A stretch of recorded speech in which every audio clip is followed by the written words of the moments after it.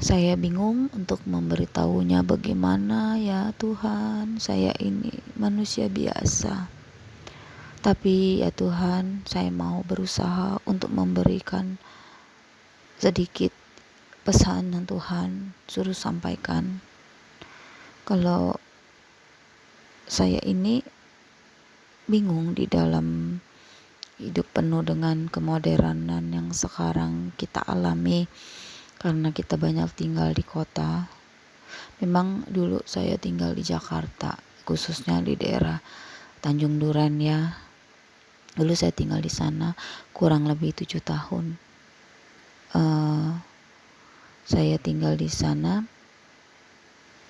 dengan luas tanah cuman 6 kali 15 dan itu 2,5 tingkat.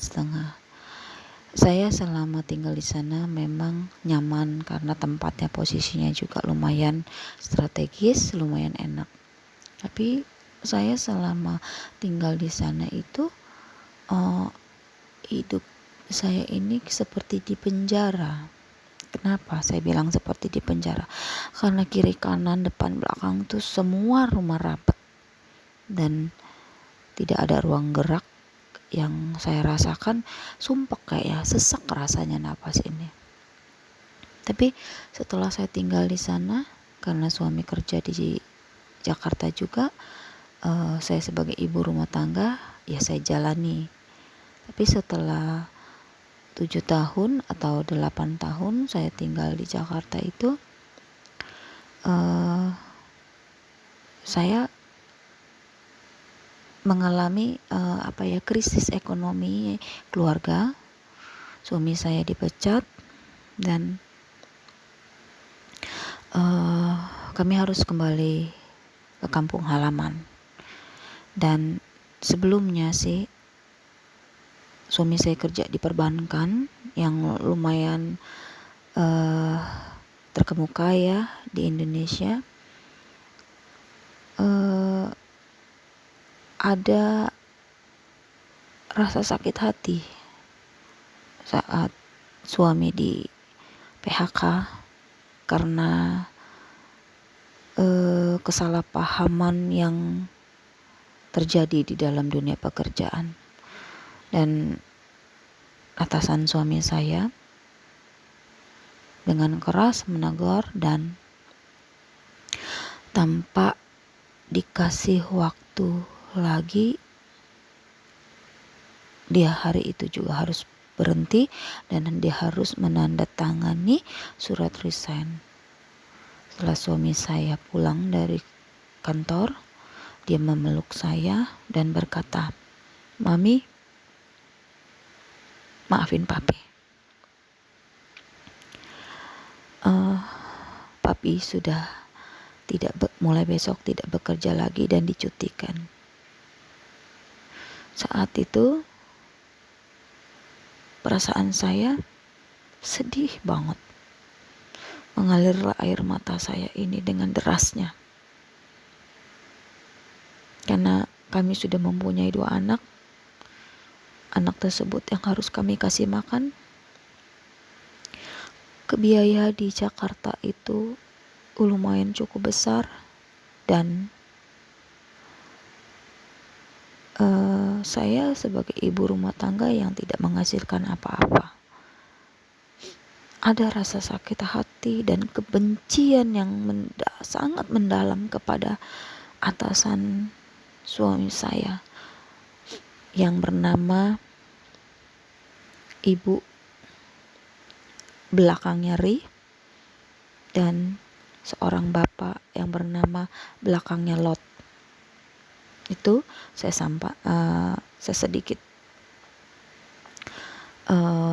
memberitahu namanya. Saya tidak berani menyebut namanya. Rasa sakit itu yang sangat mendalam sampai saya mengutuk mereka bahwa mereka pun akan mengalami sama penderitaannya seperti saya alami selama beberapa tahun. Itu saat-saat yang sangat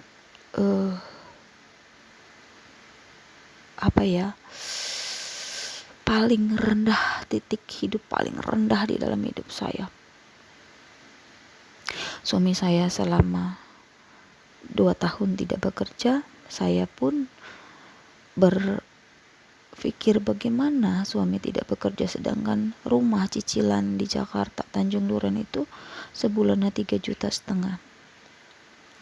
Anak saya 2 perlu dikasih makan, masih menyusu, sedangkan saya tidak ada penghasilan.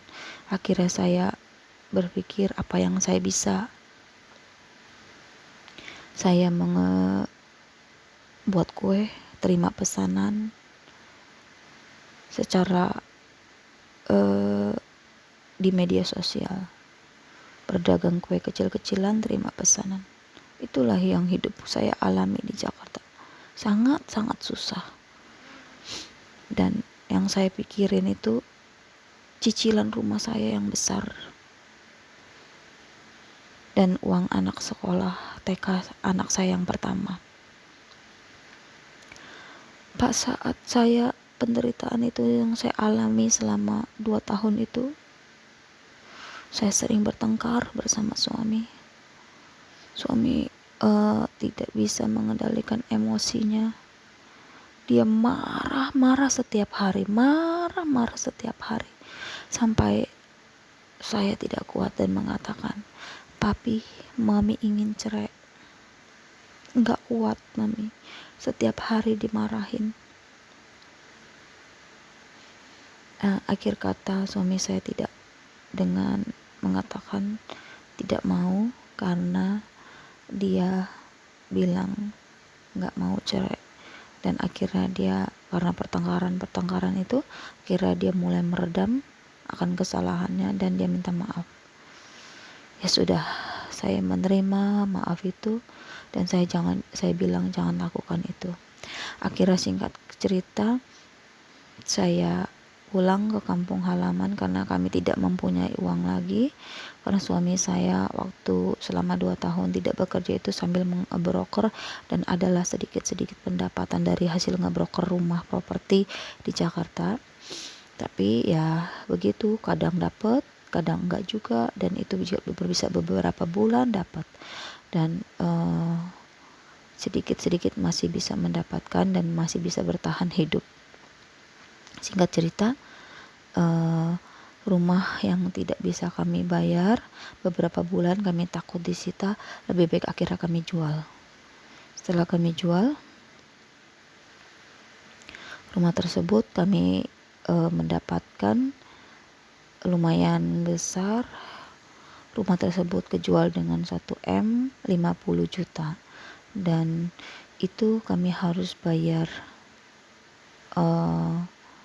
sebagian dari sisa cicilan rumah itu, dan kami membawa 750 juta sisanya. Nah, sisa tersebut kami belikan rumah di Lampung. Setelah membeli rumah, di dalam pikiran saya, apa yang harus saya lakukan ya Tuhan? Memang harta rumah, mobil ada, tapi saya tidak mempunyai pekerjaan. Saya tidak mempunyai apa-apa. Gak ada yang harus saya bisa lakukan.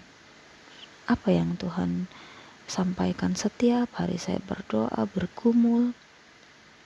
Tuhan bilang, kamu pulang ke Lampung. Sekarang saya sudah di Lampung, Tuhan.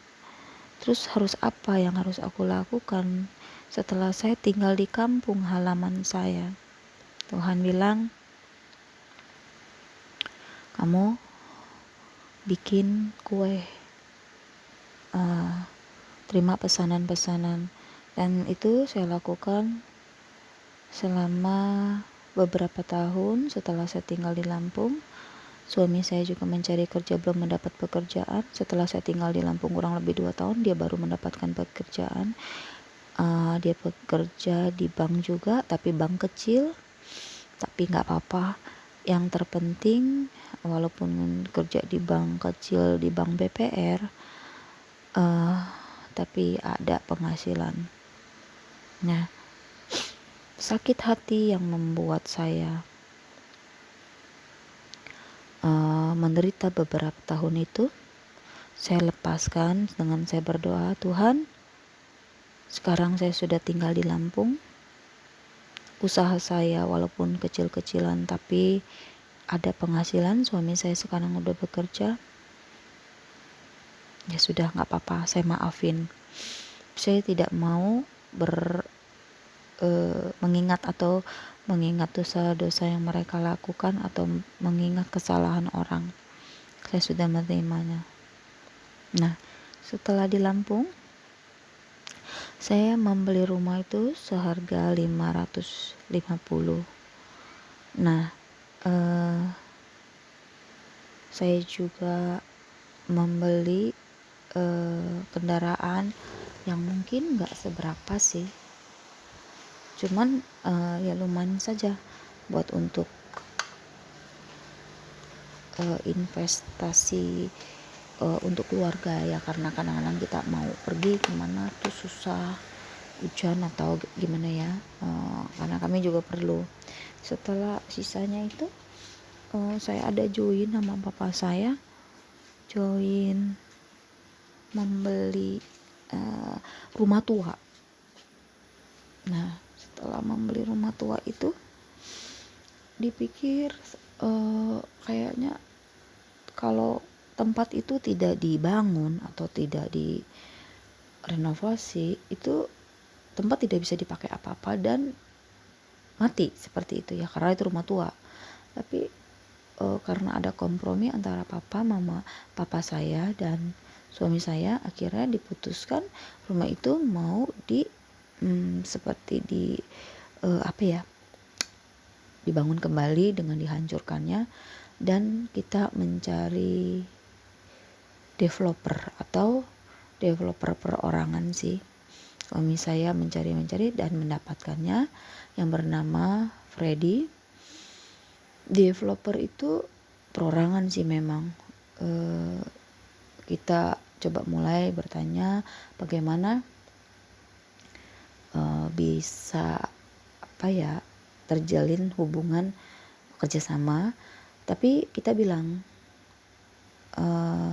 Pak, kita cuman ada tanah di daerah Pasar Tugu dan tanahnya cukup luas, 10 kali 27, dan itu kita nggak punya uang untuk ngebangunnya.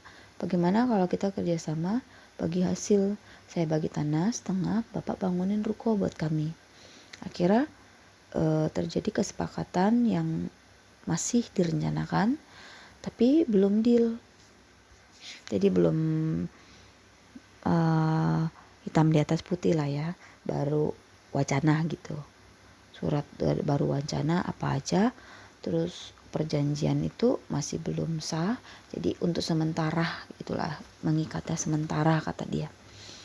Dia menyuruh saya tanda tangan. Saya bilang, Pak, ini kan belum sah dan ini kita belum baca sampai, dan kita belum pelajarinya.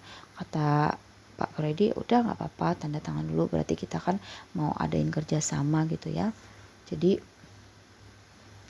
saya sampai mikir juga, waduh kalau saya tanda tangan belum saya pelajarin atau bagaimana, kerjasama ini ngeri juga gitu ya. Tapi dia meyakinkan kami bahwa nggak apa-apa, cuman ini kan nggak di atas materai ya, cuman berarti ibu dan bapak, dan ini kita ya hitung-hitung deal lah gitu, walaupun ini tidak di atas materai. Nanti setelah ibu bapak pelajarin kita di atas materai, nah baru itu yang sah. Dia seperti bilang begitu Pak Freddy-nya. Saya ya sudah, karena diyakinkan dan dia ngomong seperti itu ya saya tanda tangan. Akhirnya berjalannya waktu, kita setelah pelajarin nggak sesuai sama spek yang kita mau, karena itu dihitung sama tanah kita jauh lebih murah karena speknya sangat rendah semua. Terus akhirnya suami saya komplain, Pak, saya nggak mau yang ini karena kan ada bahan-bahan yang dikasih sangat murah dan nggak sesuai spek, seperti contohnya akan di tembok atau di pagar dengan ukuran ketinggiannya seberapa meter, sedangkan suami saya maunya 2 meter 75 cm, sedangkan dia cuma dikasih 2 meter, jadi plafonnya itu agak pendek gitu ya. Terus udah kayak gitu batanya bata bolong bukan bata penuh, terus adukan semennya begitu-begitulah untuk masalah tukang saya tahu ya. Terus udah tuh plafonnya bukan plafon fiber tapi plafon triplek gitu-gitu. Keramik misalnya yang 40 kali 40 tapi KW-nya KW yang abal-abal gitu. Jadi spek itu sangat rendah. Jadi suami saya itu, "Pak jangan segitu dong, saya minta spek yang ini gitu." Akhirnya dia tidak mau. Suami saya juga tidak mau karena dikasih speknya sangat murah dan tidak sebanding sama harga tanah yang kita berikan. Nah setelah itu singkat cerita ketegangan lah mulai ya dari situ. Kira dia bilang, "Ini kalau kamu nggak jadi atau kamu cancel, istri lu gua penjarain," katanya kayak gitu. Dia ngomong sama suami saya seperti itu, karena udah bini lu udah tanda tangan di sini katanya gitu. Dengan emosinya dia marah-marah seperti orang darah tinggi ya. Dia mencaci maki kita. Terus udah kayak kalau enggak dia minta denda 25 juta dalam satu lembar surat perjanjian itu, karena saya sudah terlanjur buat katanya gambar denah apa gambar ruko yang akan dibuatnya. Dari situ saya bingung. Saya bilang, "Pak Freddy nggak usah perlu marah," saya bilang, "kita kan kerjasama baik-baik, nggak usah seperti mengancam seperti itu." Akhirnya dia mulai mereda. Tapi tetap aja ada konflik atau ketegangan yang terjadi di dalam kerjasama itu, sampai saya itu stres berat selama proses itu. Saya hamil dan terus selama saya hamil itu berantem dengan Pak Freddy itu karena ketidakcocokan kerjasama itu. Akhirnya saya stres berat selama saya hamil itu, sehingga singkat cerita saya hampir keguguran selama pas bulan ketiga. Tapi Tuhan masih tolong dia, tidak terjadi guguran, hanya bed rest di rumah sakit selama seminggu. Ada rasa sakit itu juga dengan Pak Freddy, ada sakit hati dengan yang saya sebutkan, Bapak Lot belakangnya dan Ibu Ri belakangnya itu membuat saya menderita sangat mendalam ya. Akhirnya bertahun-tahun rasa kepahitan itu ada. Tapi selama itu setelah saya 9 bulan saya melahirkan, karena begitu beratnya kayaknya penderitaan dalam hamil itu, saya berantem terus dengan Bapak Freddy. Anak saya mengalami space delay karena mungkin yang waktu saya keguguran itu saya ada makan obat banyak dan dia space delay.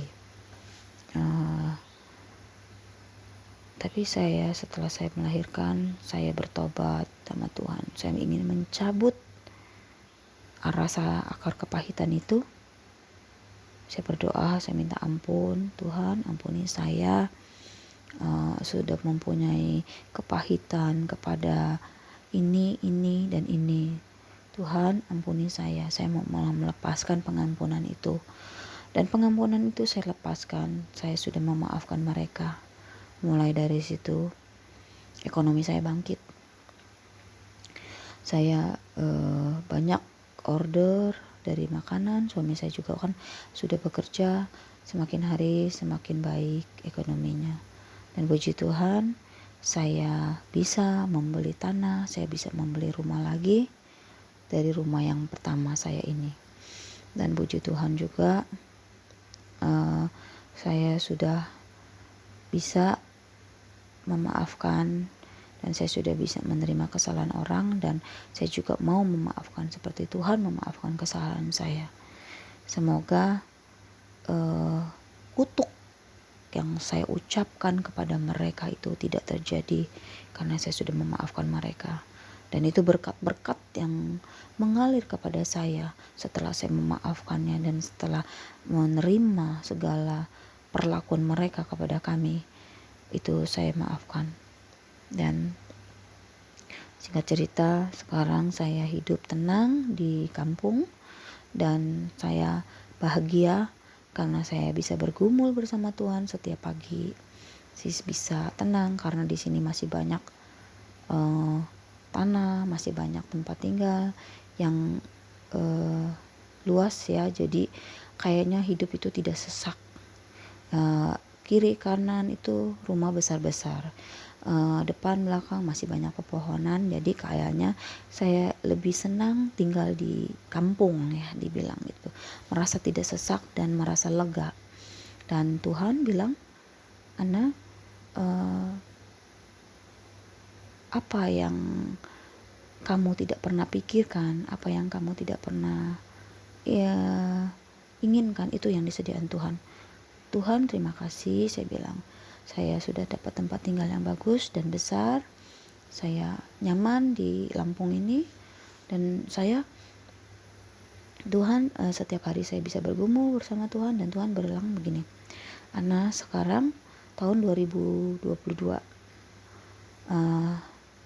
Sekarang kan memang walaupun saya tinggal di kampung, saya di kampungnya di kampung kota ya, di Tanjung Karang. Terus semua itu udah modern juga sih, seperti di Jakarta. Gas, kita kalau misalnya masak ya pakai gas. Kalau kita ke mall juga ada mall yang lumayan besar-besar. Tapi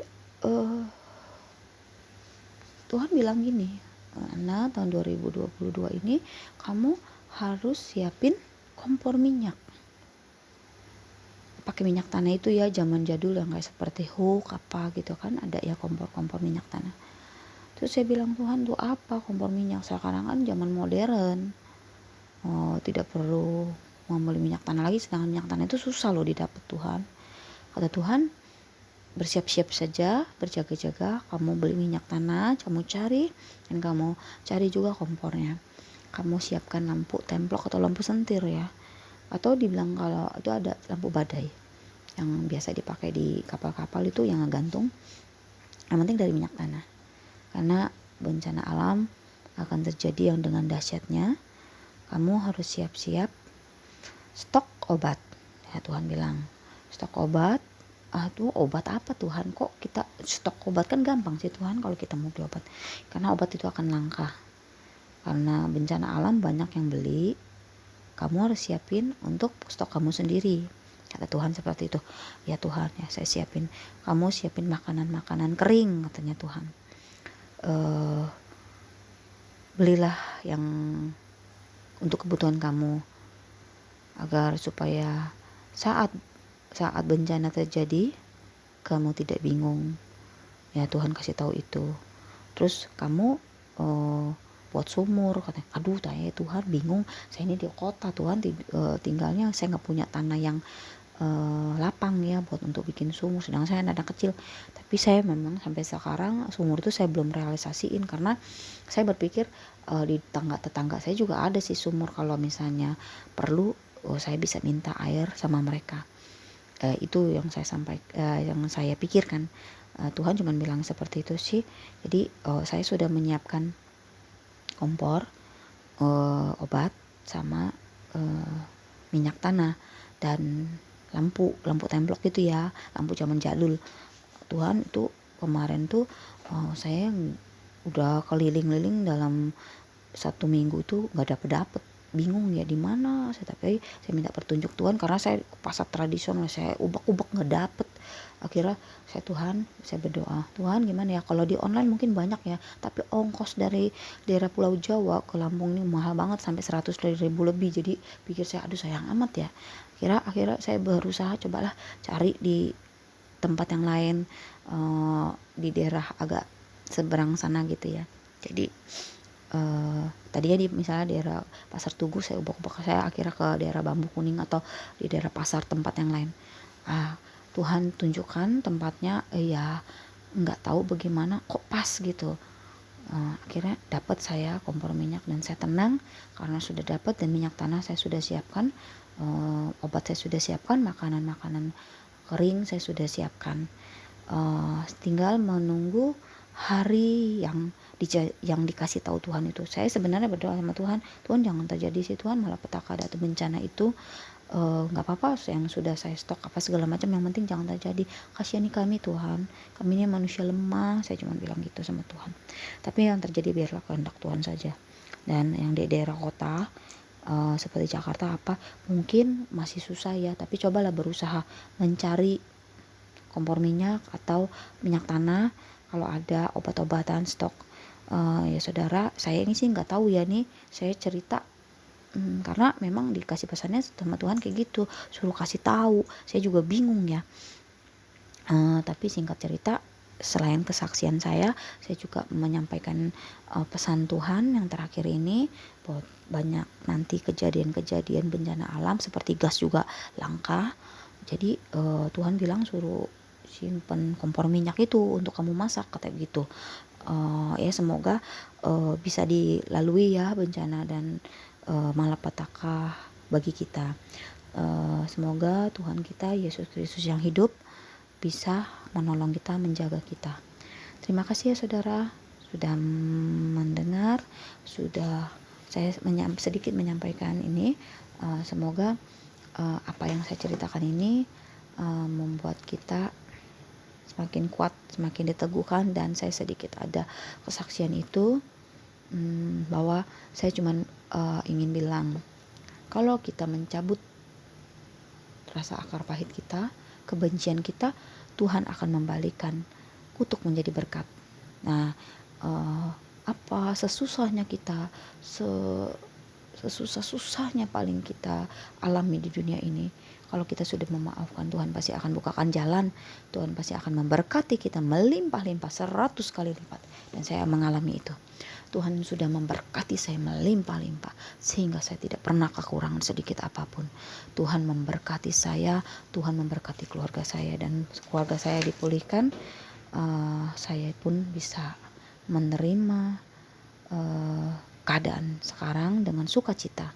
Terima kasih saudara. Amin.